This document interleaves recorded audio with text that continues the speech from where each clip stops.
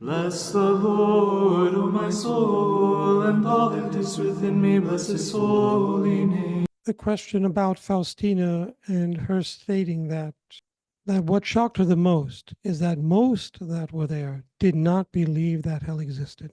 Now, how is this possible? Again, we go back to upright intention and bad intention. If a person sins not knowing it's a sin, the sin is either mitigated or inculpable. There's no culpability attached to it. It depends on the sin. Joseph Ratzinger, Pope Benedict XVI, before he was coronated pontiff, wrote about abortion, and it said that a person who commits abortion commits a grave sin if their intention is improperly formed. They were never taught that this is a human being. They think it's just a mass of tissue, and they commit the abortion. They still sin, but it's mitigated because of their ignorance. All right, but the sin remains in this case because it's a grave sin. If it's a venial sin, the culpability may not exist depending upon the level of ignorance. Souls that are in hell and did not know there was a hell are those who were culpably ignorant, okay?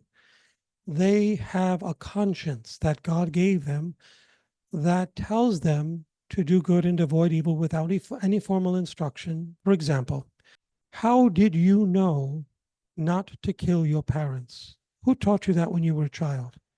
If nobody taught it to you, why didn't you do it? Because something in you, the voice of God, your conscience said, don't do that. It's really, really bad. Same thing with killing someone else, torturing animals, whatever the case may be. There are certain things we don't do. And in the measure we violate that conscience within us without any formal education, we sin. So Jesus tells Catherine of Siena in that same work, The Dialogue of Divine Providence, that in the Old Testament, from the time Adam and Eve were expelled from Eden till the time Christ opened up Abraham's bosom, where the just were awaiting the Messiah, souls were going to hell.